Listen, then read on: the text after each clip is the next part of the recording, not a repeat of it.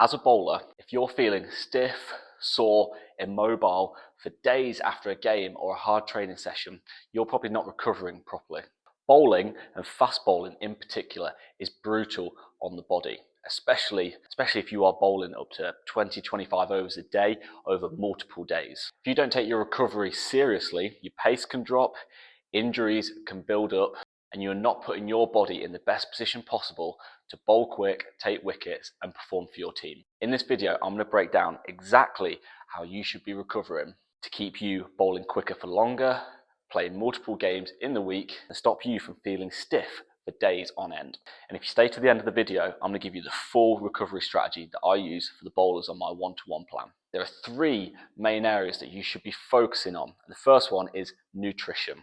Bowling creates muscle damage, and optimizing your nutrition can help you repair that tissue, making it come back stronger, helping you recover quicker, but also help restore your energy levels to the required levels. It can also help with muscle soreness and optimizing your bodily functions. First thing is protein, which you should be using for repairing that muscle damage and restoring your muscles' functions. Fast bowlers should be aiming from 1.5 grams per kilogram of body weight up to 2 grams per kilo on game days. The best sources of protein are lean meats like chicken and turkey, fish, eggs, and dairy. Second thing is carbohydrates to help you refuel those energy stores that we've burnt through from a day of bowling. You want to be refueling with complex carbs such as rice, oats, fruits, and potatoes. Third is fats, which are key for hormone production and joint health, and it's essential for reducing inflammation. Again, sources include avocados, nuts, and oily fish. Pro tip for you in terms of nutrition is with carbohydrates. Increasing your carbohydrates on game day is a great way for ensuring that you've got enough energy to keep performing and keep your energy levels up throughout the day. So second point of recovery that we need to address is your sleep.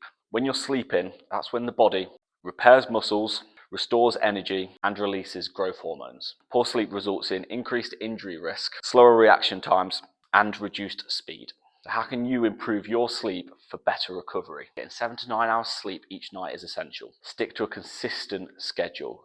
So a consistent bedtime is key for the body to get used to going to bed and relaxing at the same point. Avoiding screens for up to an hour before bed. The blue light that screens emit affects melatonin. Using a supplement like magnesium can help you sleep and fall into that deeper sleep to help you recover better. Elite fast bowlers prioritize their sleep and their sleeping patterns just as much as they do their training because it's that important. Recovery point number 3, hydration. Dehydration can lead to muscle cramps, recovery, and decreased performance. You're going to sweat a lot when you're bowling. Replenishing your electrolyte levels is key to maintaining the right fluid balance in your body.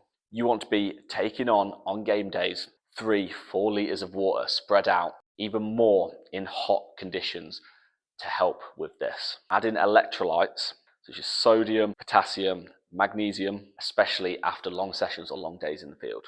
Sport drinks like Lucozades are great for that electrolyte source, but also to help with your carbohydrate intake. If you're feeling sluggish during a game, could be your hydration levels. Get a sports drink on board to help get your carbohydrate levels up, but to help get that fluid balance back to normal. So they're the 3 main areas that you need to be focusing on for your recovery. They're the non-negotiables. They're going to give you the biggest advantage you can have in terms of your recovery strategy.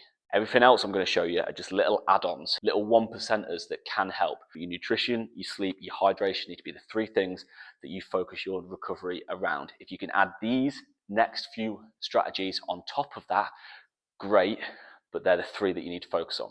So number 4, soft tissue massage to help loosen up tight muscles. Why is it important? Soft tissue massage helps reduce muscle tightness, improves your circulation, and speeds up your recovery by increasing that circulation to help get the blood flowing around the body. It can help prevent overtraining injuries, which is common in fast bowling. Best soft tissue techniques for you to use. You need to be addressing key areas of the body. Foam rollers are great for those bigger muscle groups. Foam rolling your hamstrings, for foam rolling your calves, and for flipping over, foam rolling your quads. You can also get in and around the lower back with your foam roller. You can get up into the upper back and the traps. But what it's great for is the lats. Get side on and getting into the lats, which can get real jacked stiff from fast bowling. Smaller, soft tissue, foam roller ball can be good for deep tissue releases. Adding this in post-game to just below the belly button and lying flat on it is a great way for releasing sort of the diaphragm and the lower back, help you recover and help prevent sort of lower back stiffness. So placing it under your belly button, lying on it, and breathing deeply into the ball and relaxing and helping the lower back relax, the diaphragm to release, become unstuck. And it's great to immediately address the lower back, which often is a tricky point or a sticking point for a lot of fast bowlers. Straight after a game, the lower back seizes up, and that's a great way to release it. But you can also lay on this as well, either side of your lower back. Again, breathing into it to help release the lower back muscles and get that deep tissue release. Number 5, mobility routines to help you regain that movement the day after.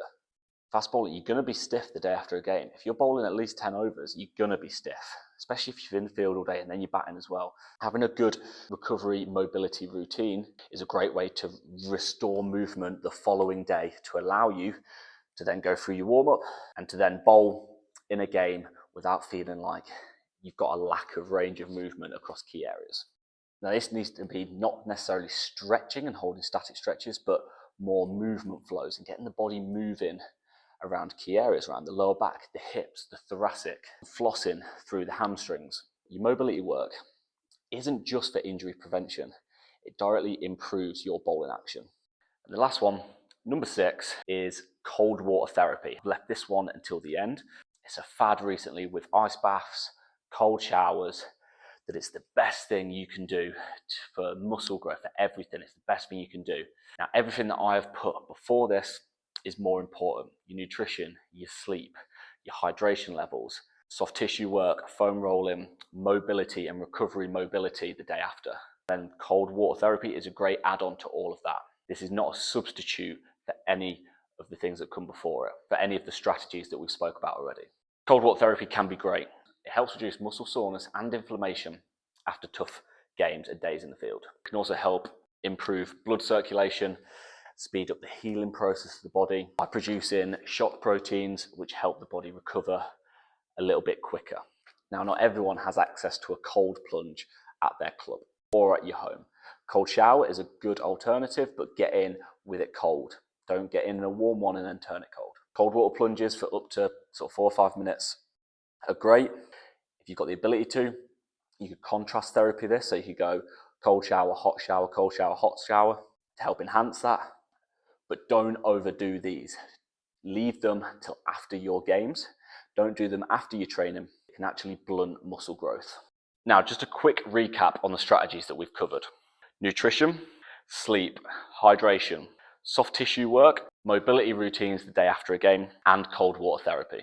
A recovery routine that you could use as a bowler after your game days. As soon as you come off the pitch, you go straight into a little bit of soft tissue work just below the belly button, like I showed, to help release the lower back and your diaphragm to allow you to breathing effectively and efficiently and allow the lower back muscles to relax and prevent from stiffening up and feeling like you can't move straight away. Then post-game meal, get the carbs back in, get the protein back in. A shake could be a great way of doing this, of getting it in straight away. Make sure you're hydrated.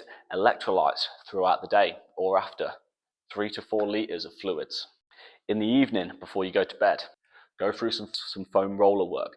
The quads, the hamstrings, the glutes, calves, lower back, into your lats. Do some more specific soft tissue work through the smaller muscle groups, into the chest, all up into your traps, to help restore that movement and help start relaxing you ready for your sleep. And make sure you're not sat on your phone or watching TV right up until you go to bed. Give yourself at least 30 minutes, up to an hour before you go to bed. Reading, doing some soft tissue work or foam rolling to help you sleep. Get to sleep in a dark room, a cold room, to help, again, kickstart and let your body relax and start recovering and repairing the damage from the long games. And then that added bonus, after you've played, get in a cold plunge or in a cold shower for the shock proteins, but that's an add-on to the rest of the strategies that we've been through. If you want to bowl faster and stay injury-free, recovery is essential.